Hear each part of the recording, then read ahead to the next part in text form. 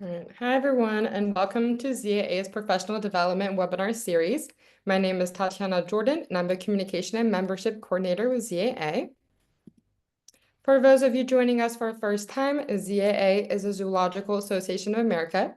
We're a nonprofit, member-based accrediting organization dedicated to responsible wildlife management, conservation, and education. ZAA upholds the highest level professional standards in animal welfare, safety, and ethics. ZAA advocates by proactively supporting our members, animals, visitors, and industry. ZAA educates by providing professional development to our community and beyond. And ZAA conserves by promoting conservation efforts and awareness of all wild things. So some of our upcoming webinars: on the 18th, we have our animal management programs, what they are and why they work. On July 2nd, July 9th, and July 16th, we have ZDR Free doing a series for us. So if you'd like to attend these, you can go ahead and scan the QR code here to access the webinars on our website. You can sign up for them that way, or you can visit our website at zooassociation.org. Just some reminders, the audience will remain muted at all times. There will be a Q&A session at the end of a presentation. You can type in your questions using the Q&A button at the bottom of the screen. You can give your favorite questions a thumbs up, which will boost it to the top of the list and make it more likely to be asked. Again, all previously recorded webinars are available on the members only page at zooassociation.org. And if you would like a certificate of participation, you can email me at membership@zooassociation.org. So tonight we have the presentation title as American Association of Zookeepers, Conservation Initiatives, and How You Can Be Involved. We have Sarah Berkeley. She is the Assistant Zoological Manager at the Dallas Zoo, and she is on the board of directors at AAZK in the conservation oversight team. So Sarah, if you'd like to go ahead and take it from here. Oh, yeah. Thank you. I'm going to share my screen and then I'll get the presentation going.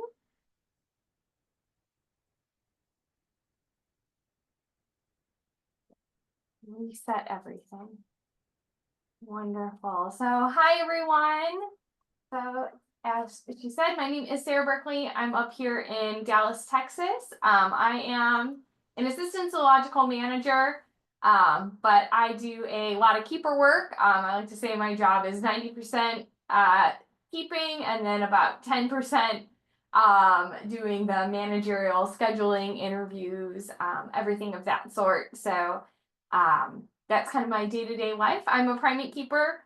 So I work with all of our great apes over at Dallas, but today I'm going to be talking about my other job, which is I am the conservation oversight for AAZK, and I'll be talking to you about all of our conservation initiatives that we have here. So what is AAZK? We are the kind of like big coalition of zookeepers from ZAA to AZA to sanctuaries of keepers that are looking to, I guess, striving, as it says, to provide tools to excel in animal care. We work to foster communication between each other and the facilities, support conservation projects, which I'll be talking about tonight, and promote, natural resources and animal life. So kind of a big roundabout. We've got a lot of other programs within our AAZK as well. So tonight I'll be discussing the 3 conservation programs that I am the oversight of. I work with some amazing people. All of us are volunteers, including myself, for this. So we definitely are very dedicated to conservation. The 3 programs that I will be discussing this evening is our Bowling for Rhinos, or BFR as we call it, which is kind of our flagship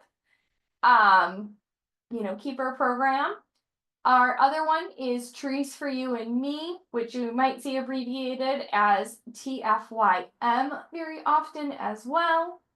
And then lastly is our Conservation Committee. So for my title, I'm on the AAZK board, and I get to sit in and help with all 3 of these meetings every month and take any comments, concerns that they might have, any new ideas as well, and bring it up to our board. And then we meet monthly as well, and help facilitate anything that the teams might need. But I definitely am a conservation person at heart, and I love being on these teams, and definitely help out a lot more than they probably like, maybe. But I love being involved with them. So to start, we're going to talk about Bowling for Rhinos. This is one of my favorite programs ever. So Bowling for Rhinos is a keeper-driven fundraiser, and it's supporting rhino conservation and their habitat. Yes, rhinos is in the title, but we also like to make sure that we highlight all the different animal species that we help and just habitat in general. This program is very unique in that we do award 5 trips yearly, and those 5 trips are kind of divided out to either Leoa, which is in Kenya, or then to Indonesia, which is through the International Rhino Foundation. So we'll discuss that a little bit further in this. A little bit of history for everybody. Got a history lesson tonight. This program, as I said, is very cool and unique. It was established in 1990 as an official AAZK program. It was actually created by Kansas City chapter a couple years prior to that, and then was officially kind of brought on as like an official AAZK program. We started out supporting Leoa Wildlife Conservancy, actually back when it was called Ngari Sagoi, I believe. Back like early 90s. And then they only had 10,000 acres. Now it's over 62,000 acres. And I believe part of that actually includes some of the Barana landscape. Because they did recently, in the past couple of years, open up like a pathway between Leoa and the Barana Conservancy. So rhinos can kind of go back and forth. The elephants, any of the wildlife can kind of go back and forth between them. In 93 and 97, we expanded our fundraising efforts and support, and we brought on IRF, which is the International Rhino Foundation. We brought them on as a partner, so we are very lucky to say that we support all 5 rhino species with this program. And then we also included fundraising to Action for Cheetahs in Kenya, which is another very special program. It was created by Mary Wykstra, who was a longtime AAZK member, and a zookeeper too, who had then left the field and started this own program.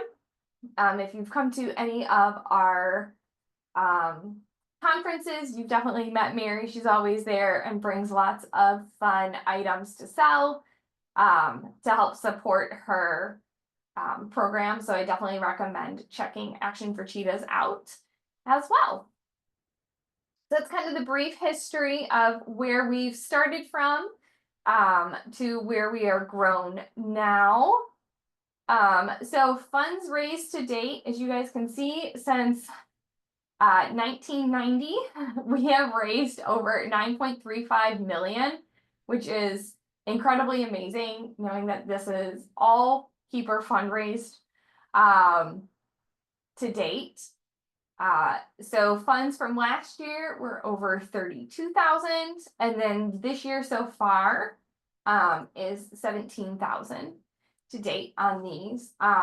For anyone that's looking to like host an event, we ask that chapters register. So an AAZK chapters can be AAZK chapters. I think a lot of people think they have to be associated typically with a zoo. We do have some chapters that have multiple facilities. Not all of them are necessarily AZA. We do have some that are ZAA or some that might be a wildlife center. or a local aquarium that is also associated with a chapter. So chapters turn in funds to be registered for a Bowling for Rhinos event, and then that kind of sanctions them by AAZK, and they can go host an event, and then all the money raised gets turned in, and we send a nice couple big checks out to each of these organizations to help support them. So for all of you, if you guys are interested in supporting and helping out, even if you don't feel like you don't have a local chapter, we do have donation sites on the website too that would go towards these organizations, but you can definitely look and check out see what your local chapter might be. As I mentioned, we do have 5 trips that we award annually. This is one of my favorite parts, is to get to call trip winners and notify them that they have won this trip of a lifetime.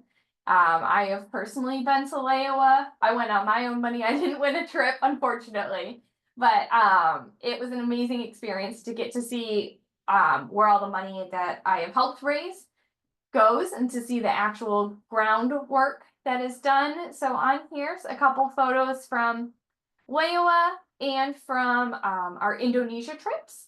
So you can see some people, some of them are keepers, with some rangers, with the dog that I believe was from one of the Iowa trips. So they got to meet the rhino tracking dogs there, and the patrol dogs that are on property. The elephants are from Iowa on their property there that they have. And then the 3 other photos are from our Indonesia trip, featuring actually one of our newest team members too. She had such a great time going on her Indonesia trip. She ended up joining our committee as well to help spread the word about Bowling for Rhinos.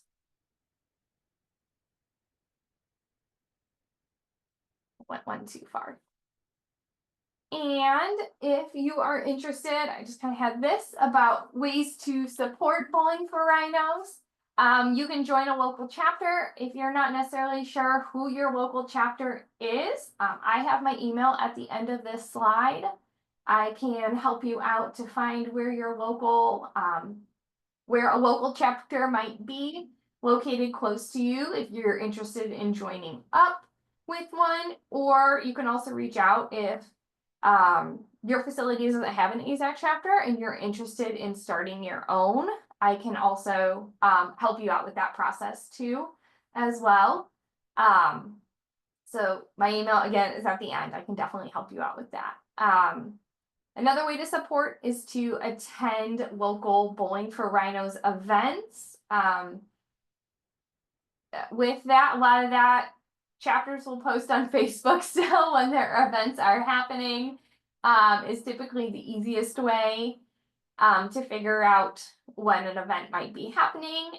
They're not always bowling. I know my chapter here in Dallas, we actually host a sailing event. There are wine events, putt-putt, trivia, kind of the whole gambit that you can think of, which is pretty amazing.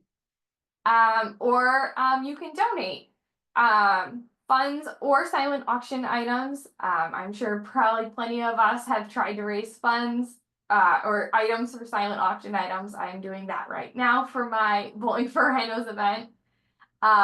So if you work at a facility and you know you might be able to donate maybe some zoo tickets or facility tickets to a Bowling for Rhinos event, that's always really helpful as well.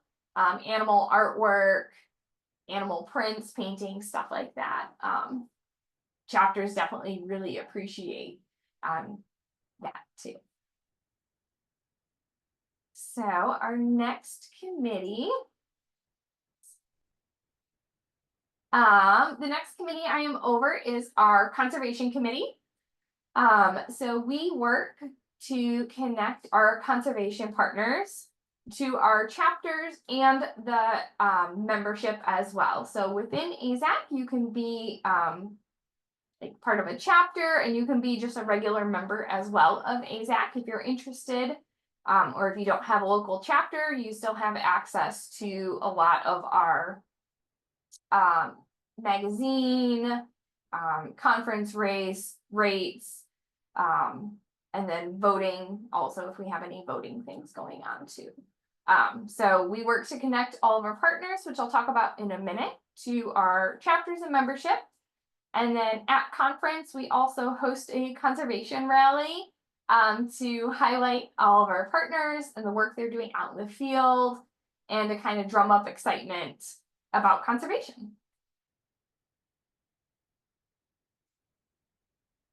So this is our current list of our conservation partners that we have, and this is just the logos. I do have a slide of the actual like names too, so if you want to take a screenshot, you're more than welcome to.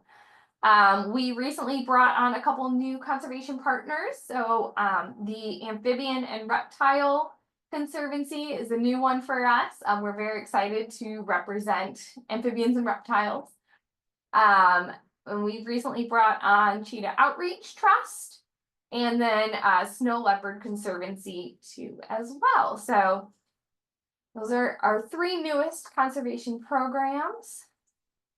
And then I'll kind of pause on here. So this is part of them. You can see all their different logos because I definitely know I can't tell just a logo by who it might be. So you can see all their names too, if anybody wants to screenshot that. And here's the next slide here. So we have a wide variety. We are always bringing on a couple new ones every year as well. For these conservation partners, all of these partners are ones that the AAZK board has gone through and kind of vetted to make sure that they are nonprofits, that they are working towards conserving habitat and species, and that they are doing good work out in the field, is kind of the main things that we look for, and then that's why we want to highlight them and kind of support them.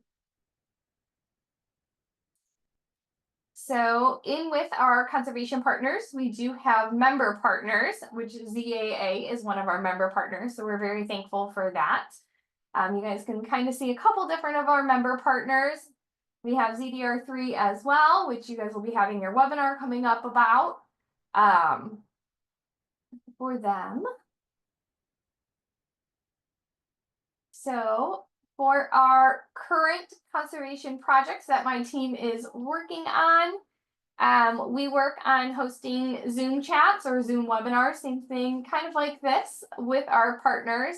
So we bring them on, and it's kind of the same thing. They talk about what their program might be currently working on, how AAZK has supported them, and how their funds have supported them, and ways that keepers can be actively involved in their programs as well. Because I know that's something that I'm always really passionate about, is how I can be directly helping a conservation program, whether it's going out and doing a fundraiser, or if it's something simple. Do they need social media help? Do they need somebody just creating social media posts for them, helping with any fact checking or anything of that sort, are kind of easy ways we can also support conservation programs and help them with our partners. A lot of times our partners will also let us know if they have any opportunities for out in the field for field work. So we try to highlight that as well, for field work opportunities too. My conservation team, we work, as I said, we create social media highlights for all of these partners. We have, it's a couple years now into its initiative, or its when we created this, but we have the Ed Hansen Conservation Initiative Award. Ed Hansen was our previous CEO of AAZK for many, many years, who recently retired a couple years ago. So we renamed this award in honor of him for all the work he did with AAZK. So our chapter goes through and looks at all of the amazing conservation fundraisers chapters have done and have worked on kind of compiling the chapters, and we nominate them, and a form gets sent out and the chapters will fill it out, and we award a chapter every year with this award. We like to, right now, where our big part is, we're highlighting all of our partners in the Animal Keeper Forum, which is our monthly publication through AAZK. It's either digital or paper that you can get still, snail mail, you can still get on that. And we've been busy writing articles and highlighting the partners. And we've been updating our fundraising database as well. And with that fundraising database, that's something that as an AAZK member that you would have access to, and you can learn more about just different fundraising opportunities chapters have done. So let's say you want to host something for polar bears, but you have no clue what to do. You can go on there and look and see what other fundraisers chapters have done, maybe for polar bears, just kind of help you out on that one.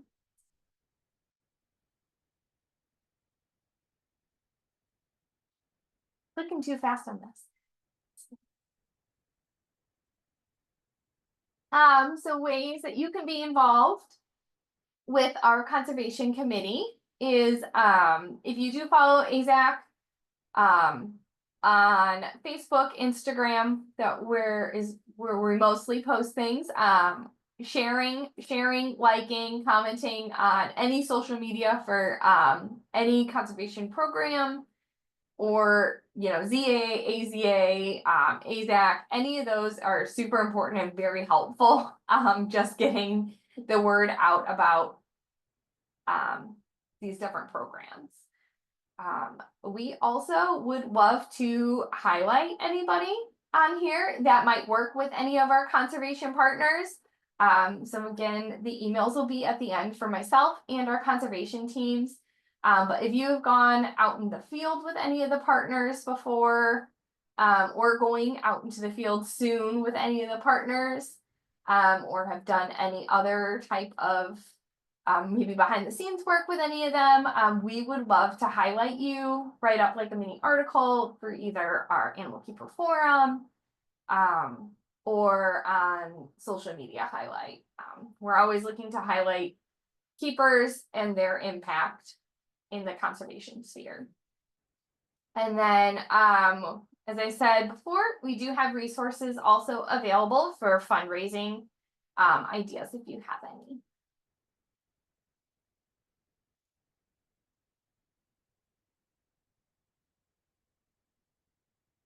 So the last conservation program that I am over is our Trees for You and Me program.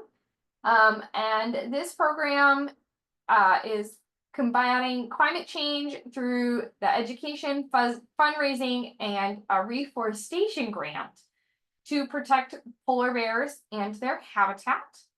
And this is actually as far as I know, one of the only keeper-funded grant programs that we have. It's the only one in AAZK, but I don't necessarily know. It might be one of the only ones out there too, which is pretty amazing.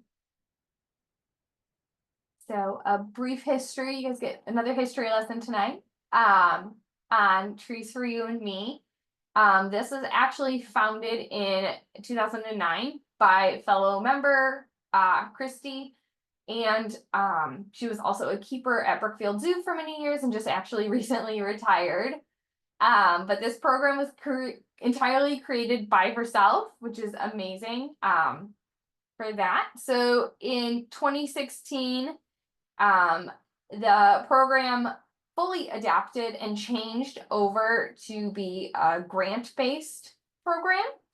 We've had a couple different iterations of Trees for You and Me, but it's currently a grant-based program. So in the 15 years in its inception. We have raised over 214,000. And 134 of that has been dedicated towards the grant specifically. Polar Bears International has been one of our main collaborators for many years with this program. So a lot of people think that all this money is just going towards polar bears, and we'll talk about that in just a minute. But that's not necessarily true. Polar Bears International has just been a very big supporter and collaborator with us.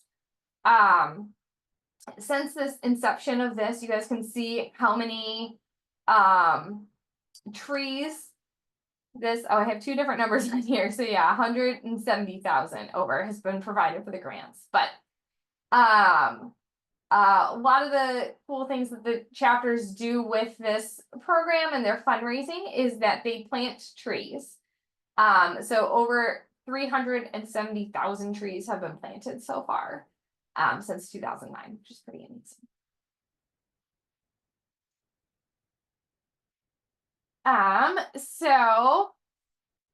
What does the Trees for You and Me team do?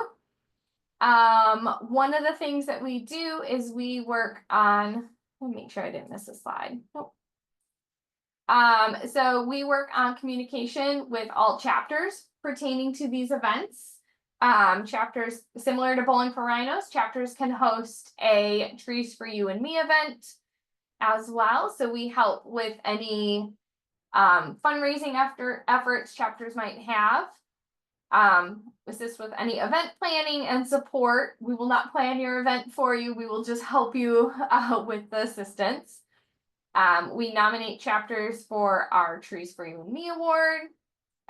We work on creating a lot of fun new content chapters can use for the event. And then we also present at conference and submit articles for our Keeper Forum.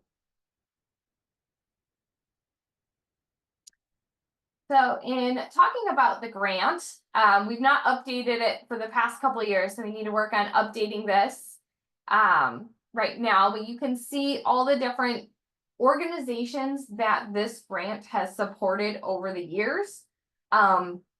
Sometimes we are able to support multiple projects in a year, which is pretty amazing.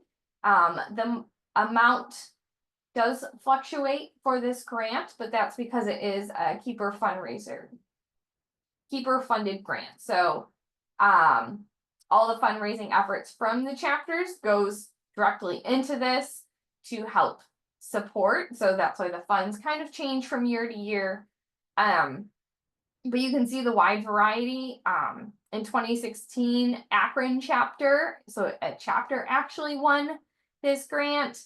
Some of our conservation partners like Golden Lion Tamarin and Red Panda Network have won this award. And then some that are not necessarily conservation partners like Planet Madagascar or the Painted Dog Research Trust.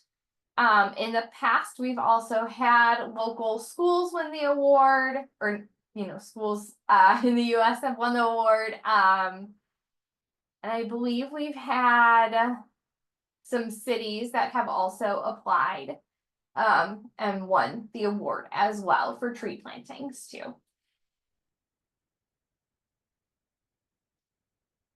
One of the exciting things with this program is we do make shirts every year. So if you're interested in helping support all of our sales from our shirts, go towards this grant specifically. So I did throw this QR code up on here if anybody wants to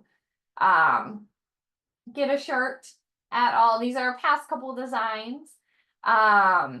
The light colored t-shirt with the tree, that one celebrated our 15 years. So it features an animal from each one of our grants that it supported. And we were very lucky that Peppermint Narwhal, if anyone's familiar with them, they created the logo design for that one. So we're very excited for that. And then lastly, how you can be involved. Same thing, you can host your own Trees for You and Me event. A little different from Bowling for Rhinos. Bowling for Rhinos, you do need to be sanctioned. Trees for You and Me, you don't necessarily need to be a sanctioned event. With that one, if you are hosting or interested in hosting, we would love to help you out. And we'd love to know about it and to highlight it as well. Donate, again, fun silent auction items, or helping us buying t-shirt merch. We don't have any new design this year, but typically every other year we create a design. Or just to find a local tree planting activity is also just helpful as well. So I talked fast, but thank you all for listening and wanting to learn more about all of our programs. I put all of the contact information on here for each of the individual programs, if you guys are all interested, or then my personal AAZK email is on here as well. Awesome. Thank you so much, Sarah. Yeah. A reminder, everyone, if you have any questions, you can go ahead and use the Q&A button at the bottom of the chat. So I have a couple questions for you. When you were talking about the Conservation Committee, you talked about doing a conservation rally at the annual conference. Yeah. Can you talk more about what that looks like, what that includes? So at this year's conference, we will actually not be doing a rally. So typically we do this year, we have a lot. It's AAZK's 50th anniversary. So we have a lot of 50th anniversary activities planned instead of the rally. But typically at the rally, we invite everyone. It's a very just general hangout. We have either our conservation partners will that are potentially in person will come up and talk to our membership about what their programs are. Quick 10 minutes usually. We've also had conservation partners send in videos from either the field or update videos that we share, and then a lot of times we play like little mini Q&A games in between as well. But a lot of it is just to highlight typically around 10 partners at the time, and we try to rotate who is highlighted each year, but give them their kind of big moment to shine too, and talk directly to the membership. Awesome. Thank you. Another question regarding it was a TFWM or YM, sorry. What is your evaluation criteria for grants, and how do you encourage people to apply to your grants? So we actually work with AAZK has a whole grants committee. So we have a scoring rubric and everything that goes on with it. So we get everything blinded to us, so we don't know who the programs are, who the names are, anything of that sort. The application is online, and I believe it is live now.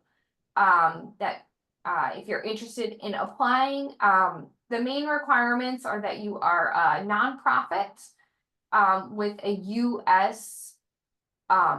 Just at least address with it. If you are a nonprofit in another country, you can still apply. We just need a U.S. address to send the check to, and then however they want to forward it to you from there on, or that works as well. We've just had like fund transfer issues trying to send it to another country. So that's the kind of the big things with it. As I said, we've kind of had a variety of grants that have applied.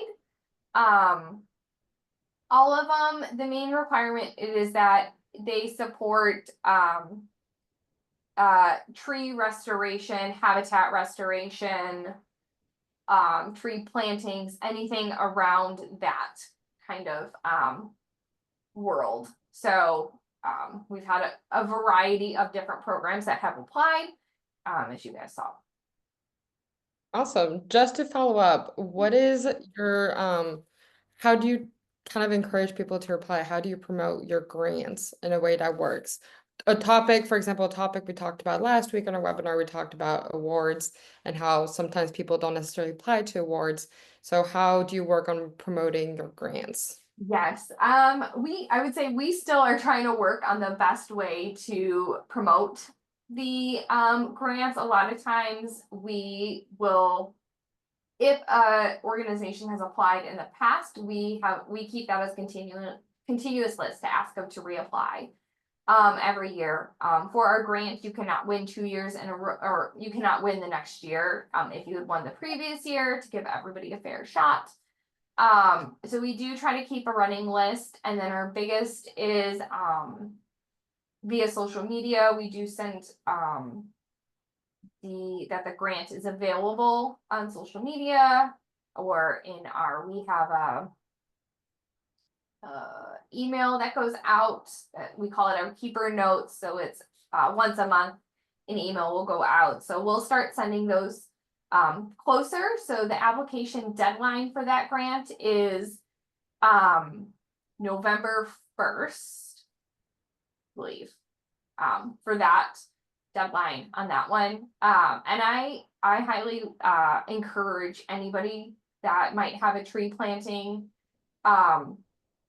that works with a nonprofit that's interested and involved to apply. We don't get many applicants for it. So I do highly encourage ones to apply. I've also personally sent out the grant application to organizations that I know of that might be interested or working on something similar. I've sent it out too, but we're always looking for new ways to encourage people to apply too. Awesome, thank you. How does AAZK measure and track the long-term impact of its conservation programs? So we have a database for that. I would say I don't necessarily directly know all of those answers. Our executive director would know more of where the funds are going, but I do get like a yearly snapshot. A lot of times it's also posted, or it's in our, trying to think of when it might be in. Towards the end of the year, maybe November, December. Sometimes it's in our Animal Keeper Forum as well, with a highlight of what chapters have supported the organizations. Chapters have to report on their recharter, so every chapter is rechartered, and they report on there where they were, if they supported any organizations and where it went to. For chapters, when they do donate to any conservation program, they don't necessarily have to be the ones that I had listed on here. Those are just ones that we support, like on the national level, and encourage and highlight chapters to participate too as well. But our big thing is that the partners need to be a nonprofit with that. So Great. So I know you also talked about ways to get involved when you're talking about all favorite programs, but how do you all empower zookeepers to be conservation advocates and leaders beyond the walls of their facilities or organizations? I think one of the biggest ways that we do, I know one of the, I don't know if it's a small way. One way that my conservation team has encouraged is we've curated green guidelines for our conservation, or for our conference hosts. So every year a different chapter and zoo hosts the annual conference. So the team had created green guidelines to be just conscientious when chapters are hosting their events. And hosting the annual conference as well. For green guidelines on that would be one of the bigger ways we've done that. Great. So I know BFR was established in 1990, so it's a little older, but maybe how or what advice do you have for keepers who are potentially interested, or facilities or organizations who are potentially interested in launching their own conservation programs? I would say I'd say first, go for it, do it. I think it's amazing that we have a couple different programs that were created by keepers. That was just an idea that came into their mind. For Bowling for Rhinos, how that one was created was the chapter hosted it and then brought it to AAZK Nationals attention, was like, we did this and sent money, and the partnership was kind of formed that way. Same thing with Trees for You and Me. Actually, Christy had this idea in her head and went to the then president at the time and was like, I kind of want to make this, how do we start this? And started just getting the ball rolling and talking. So if people are interested and encouraged, I would say, start writing your ideas down, and talking to others, you can reach out to me if you want to brainstorm and talk about different ideas, and kind of get your thoughts going on that. For those that are wanting to start their own big conservation, if you want to create a conservation partner, I've not done that yet in my field. I know that can take a lot of effort. A lot of people have started those as, starting with field work and kind of getting the ball rolling and slowly creating it.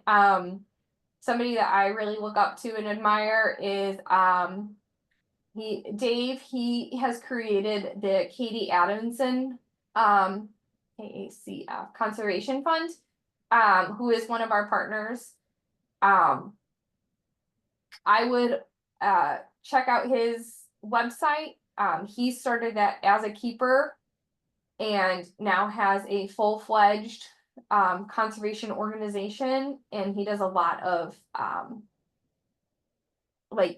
keeper-led and keeper-led trips all over the world, supporting other conservation organizations.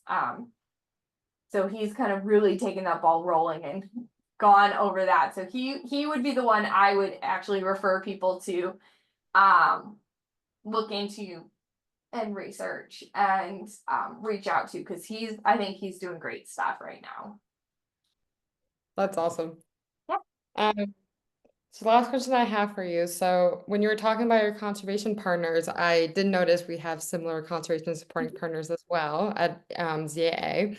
But there's some that we don't have a conservation supporting partner. So I was wondering, what is your process like in finding or accepting new conservation partners? And if there's an organization watching this that is not a partner with you, what would be the process like for them to join and be a partner with your organization? Yeah, no, that's great. I'll go back to the conservation partner slide too, so people can look at it and see. This is the first one with the names. I can slide over halfway. So I feel like right now it's kind of organic is how we've gotten some of these partners that have reached out to us. Some of it is word of mouth. So Katie Adamson, Dave was very involved with his local AAZK chapter when he started this. A couple of the AAZK members are also actually on my conservation committee. So that was one of the ways that we kind of brought them on. Asian elephant support, we brought them on as a partner a year or two ago, I believe. And they actually attended the AAZK conference just in general. And it was a conversation between myself and them. And just talking more about what we can provide for them, what they could provide for us as well. And then typically, kind of how the process goes from that is a board member would champion one of these programs. So I think they had emailed me, and then I emailed back with a letter with all the required documentation that we ask for. that gets sent to our board, our full board, so we all take a look at it and make sure we approve it and everything's kind of, above board too. And then we say yay or nay on the approval process, and then another letter is sent on, and my conservation committee kind of takes it from there and does like welcome emails and everything of that sort. Amphibian Research Center, they actually sent an email to our general AAZK, just like help email about wanting to become a partner and learning more about what AAZK is. So it's kind of been organic right now. We have not, we've not like posted out widely, like we're accepting all these partners, because we want to make sure that we are, doing our due diligence for each of these partners. I have a small team right now on my conservation committee for highlighting everybody. We don't want necessarily like 100 conservation partners and then we can't support and highlight all of them adequately. So right now we're kind of bringing on a couple at a time, so we can make sure that we're supporting and highlighting them, and then adding more. So we've got some other ideas kind of percolating in our minds too of how we want this program to grow.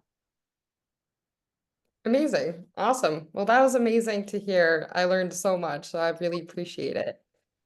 I will be sharing my screen again. Here we go. Sorry. 1 second. Oh.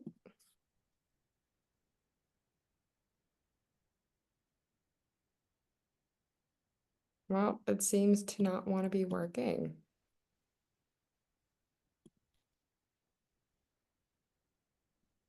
Hold on. Sorry about that. And here we go. Okay, perfect. Just so a reminder to everyone, if you weren't here at the beginning, but these are all of our upcoming webinars that we have. Again, they're all Wednesdays at 6 p.m. Eastern time. And then if you'd like to go ahead and give us some feedback here on our webinars.